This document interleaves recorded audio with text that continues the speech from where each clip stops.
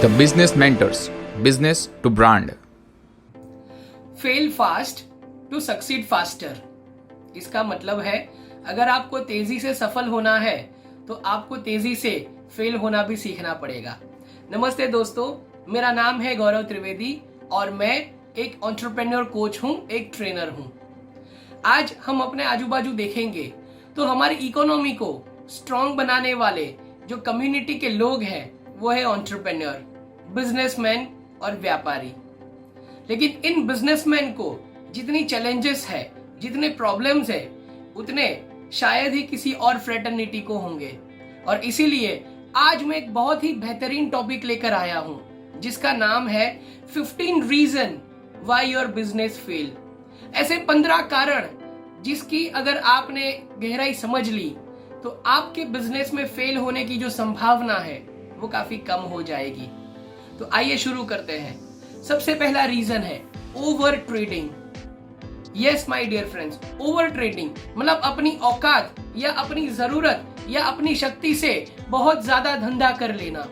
बहुत सारे लोगों को मैंने देखा है कि वो लोग धंधे में लालच कर लेते हैं। बहुत सारे लोग धंधे में इस तरह की लालच का सामना करने में निष्फल रहते हैं और उसका शिकार हो जाते हैं।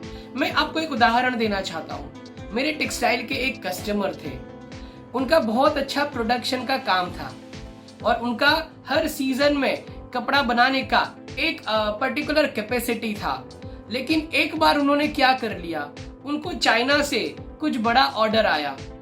अब वो ऑर्डर फुलफिल करने का उनका कैपेसिटी नहीं था, लेकिन उनको इस अपॉर्चुनिटी को गंवाना नहीं था। इसीलिए उन्होंने ट्रेडिंग करने के लिए मन बना लिया और उन्होंने वो धंधा करने के लिए 3-4 लोगों से बात भी कर ली कि हम लोग साथ में मिलकर ये कपड़ा बनाएंगे और इस ऑर्डर को पूरा करेंगे। अब सवाल ये था कि फैशन इंडस्ट्री में, टेक्सटाइल इंडस्ट्री में चीजें बदलते देर नहीं लगती। बहुत तेजी से कोई भी चीज इन हो जाती है और उससे डबल तेजी से वो चीज आउट भी हो जाती है। अब हुआ यूं कि किसी रीजन से चाइना का वो जो प्रोजेक्ट था, वो जो असाइनमेंट था, वो कैंसिल हो गया। अब उन्होंने इतना माल बना लिया था कि उसके लिए उनको जो कैपिटल चाहिए था उन्होंने मार्केट से पैसा उठा करके उसमें डंप कर दिया। अब होना क्या था, माल बिका नहीं और ओवर ट्रेडिंग के चक्कर में उनका वर्किंग कैपिटल भी खत्म हो गया। तो उन्होंने पूरा बिजनेस, रनिंग बिजनेस जो बहुत अच्छा चल रहा था, एक प्रॉफिटेबल बिजनेस था, वो उन्होंने सेल करने के लिए रख दिया।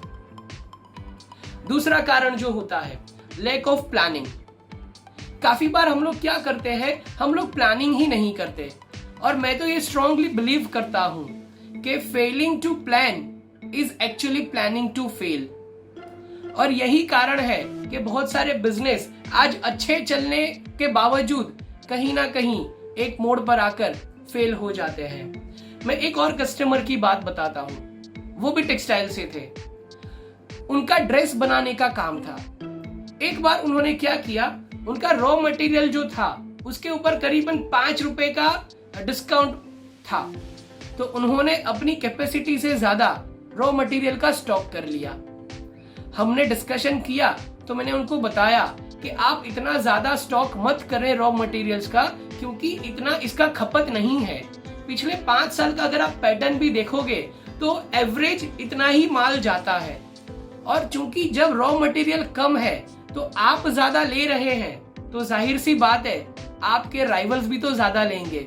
सो आप सोचिए 2-4 महीने में मार्केट में माल का ओवर स्टॉक हो जाएगा। और मेरा गणित ये कहता है कि आपका पिछले 5 साल का जो एवरेज माल बिक रहा है शायद इस बार उससे भी कम बिकेगा। लेकिन वो तो कहां सुनने वाले थे, उन्होंने बात नहीं सुनी और प्लानिंग नहीं किया और उन्होंने इतना माल बना दिया कि माल का ओवर स्टॉक हो गया। अब मार्केट में जरूरत ही नहीं थी तो लेगा कौन। तो इस तरह उनका बिजनेस भी, उनका पर्टिकुलर एक सेगमेंट, वो जो प्रोडक्ट था वो फेल होने की कगार पर आ गया। आज 2 साल हुआ लेकिन आज भी उनका वो प्रोडक्ट अभी भी उनके पास एज ए डेड स्टॉक पड़ा हुआ है। तीसरा कारण है कि आपका बिजनेस क्यों फेल होता है, वो है मिस्टेक्स इन अकाउंटिंग कंसेप्ट्स। मेरे एक कस्टमर हैं जो कि फाइनेंशियल सेक्टर से हैं। तो एक बार उन्होंने मुझे रिक्वेस्ट किया कि हम हमारे जो बंदे हैं सेल्स के और बैक ऑफिस वगैरह के, उनके इंसेंटिव स्ट्रक्चर को लेकर हम कोई योजना बनाएं। तो मैंने उनसे पूछा कि आपका एग्जिस्टिंग क्या प्लानिंग है। तो उन्होंने मुझे कुछ आंकड़े दिखाए।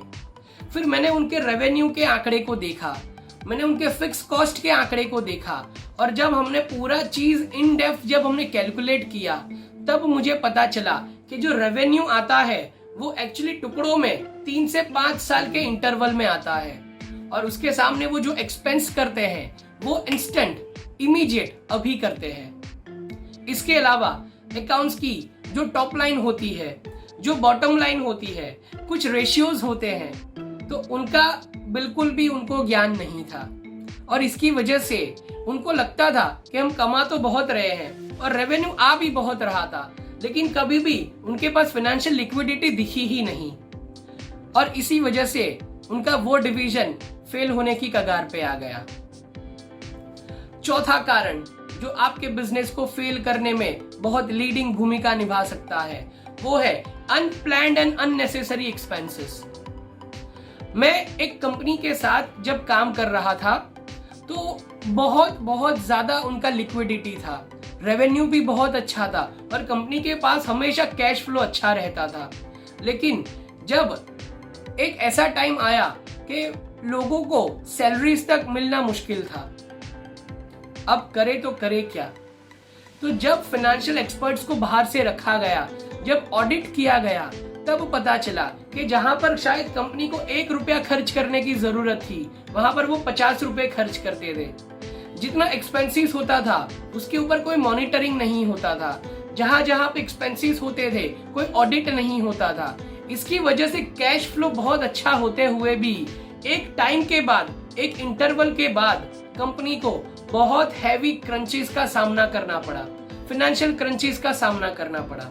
सो अनप्लान्ड अननेसेसरी एक्सपेंसेस जो होते हैं वो भी आपकी कंपनी को, आपके बिजनेस को फेल होने की दिशा में लेके जाते हैं।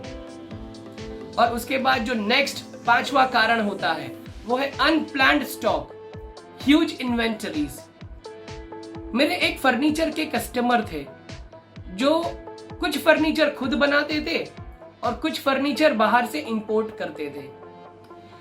अब हम लोग जब उनका प्लानिंग करने बैठे कि आने वाले 1 साल में आपके बिजनेस को कहां पहुंचना चाहिए, उसे कैसे ग्रो करना चाहिए, तब हमने कुछ लूप होल्स को आइडेंटिफाई किया। तब मैंने उनको बताया कि आपके पास एग्जिस्टिंग जो स्टॉक है, आपके पास जो इन्वेंटरीज है, हमें पहले उसको कम करना चाहिए, क्योंकि ये आपकी नॉन परफॉर्मिंग एसेट है। लेकिन उनके मन में तो ये बात कहां उतरने वाली थी, क्योंकि उनका ऐसा था कि जितना ज्यादा स्टॉक होगा, जितना बड़ा इन्वेंटरी होगा, सेल का रेशियो भी उतना ही बड़ा होगा।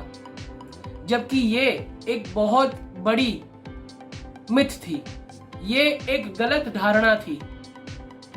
मेरे बार बार कहने के बावजूद उन्होंने अपने स्टॉक के ऊपर, अपने इन्वेंटरी के ऊपर कंट्रोल नहीं किया, और उनका वर्किंग कैपिटल एक दिन ऑलमोस्ट खत्म हो गया, और इस तरह उनका बिजनेस भी फेल होने की कगार पर आ गया। सो दोस्तों, ऐसे बहुत सारे कारण हैं बिजनेस फेल होने के। हम हमारे अगले एपिसोड में और कारणों की चर्चा करेंगे और कारणों को विस्तार से समझेंगे। अगर आपको भी अपने बिजनेस में ऐसी कोई समस्याएं आ रही है, ऐसी कोई कठिनाइयों का सामना करना पड़ रहा है, और अगर आपको भी एक्सपर्ट एडवाइस चाहिए, तो आप स्क्रीन पर दिखाए गए नंबर या ईमेल एड्रेस पर हमसे संपर्क कर सकते हैं, बिकॉज हम आपके लिए ही यहाँ पर हैं। सो ऐसे ही बिजनेस रिलेटेड वीडियोस को अपने इनबॉक्स पर पाने के लिए आप इस चैनल को सब्सक्राइब करें और इस वीडियो को अपने एंटरप्रेन्योर दोस्तों के साथ शेयर करें, ताकि किसी का तो बिजनेस फेल होने से बचे। सो मैं गौरव त्रिवेदी आपसे विदा लेता हूं, और अगले एपिसोड में मिलेंगे ऐसी ही बहुत सारी नई जानकारी के साथ। Thank you. The Business Mentors, Business to Brand.